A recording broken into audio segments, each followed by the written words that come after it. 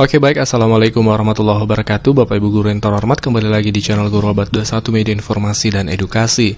Bapak Ibu, di video kali ini kita akan membahas topik yang banyak dipertanyakan oleh rekan-rekan guru, terutama yang saat ini sedang mendaftar P3K. Bapak Ibu, terkait formasi P3K tahun ini yang kita ketahui itu terbatas ya, banyak daerah yang tahun 2021 itu cukup banyak, ketika tahun ini itu terbatas, lebih sedikit ya. Namun timbul pertanyaan, ketika formasi P3K tahun ini terbatas, kemudian di satu sisi ya, atau di sisi lain banyak yang sudah lulus passing grade atau P1. Nah, di antara yang P1 itu, siapa yang dapat penempatan? Siapa yang berhak mendapatkan penempatan atau mendapatkan kursi seperti itu? Misalnya dari 10 yang passing grade, kemudian sementara formasi hanya ada 5.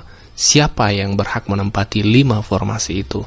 Nah, kita akan bahas ini sesuai dengan juknis resmi dari Kemendikbud terkait P3K 2022, Bapak Ibu. Rujukan kita dalam pembahasan kali ini adalah Keputusan Menteri Pendidikan, Kebudayaan, Riset, dan Teknologi nomor 349P tahun 2022. Ini tentang juknis, Bapak Ibu, petunjuk teknis pelaksanaan seleksi P3K guru di daerah tahun 2022.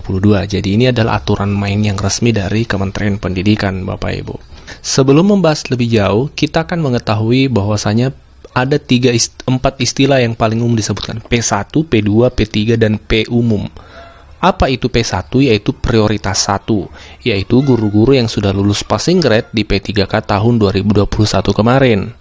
Nah, selanjutnya apa itu P2? Yaitu prioritas 2, adalah guru-guru yang termasuk tenaga honorer K2 atau K2 ya.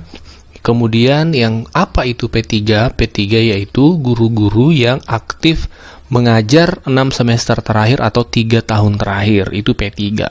Dan yang terakhir P umum adalah pelamar umum, yaitu guru-guru yang terdaftar di Dapodik, artinya belum mencapai 3 tahun.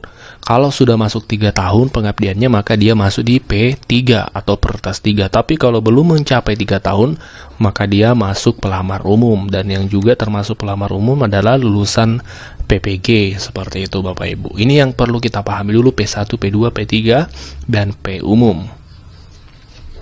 Nah, selanjutnya kita masuk ke kasus yang akan kita bahas. Misalnya contoh, ada 10 guru yang sudah P1, sudah passing grade, sementara formasi hanya ada 5.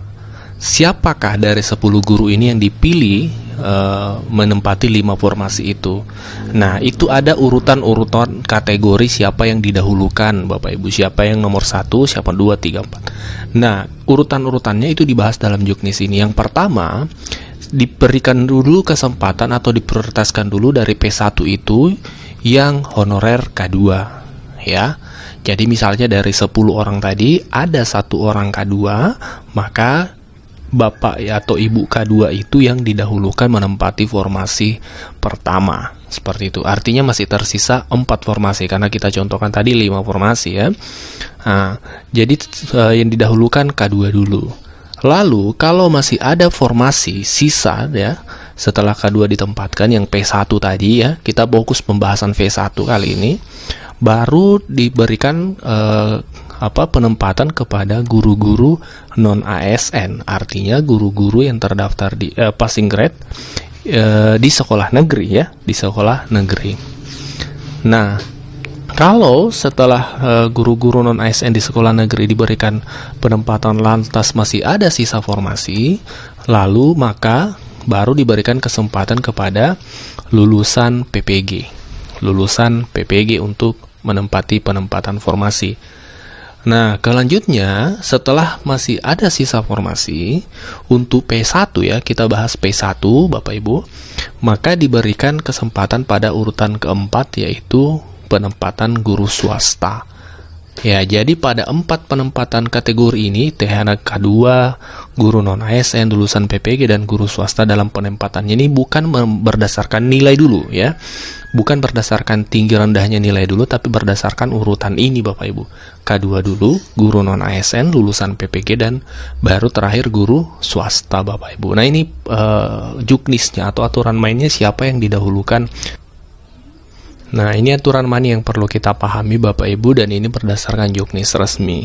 Untuk video kali ini kita cukup cukupkan pembahasan sampai di sini. Kita akan lebih lanjut menggali tentang juknis ini di video-video berikutnya supaya informasi tentang P3K tahun 2020 ini jelas dan valid, karena informasi yang baik adalah informasi yang sumbernya dari ketetapan resmi pemerintah, dan kami berdasar selalu berpegang pada juknis yang ditetapkan oleh pemerintah, Bapak Ibu.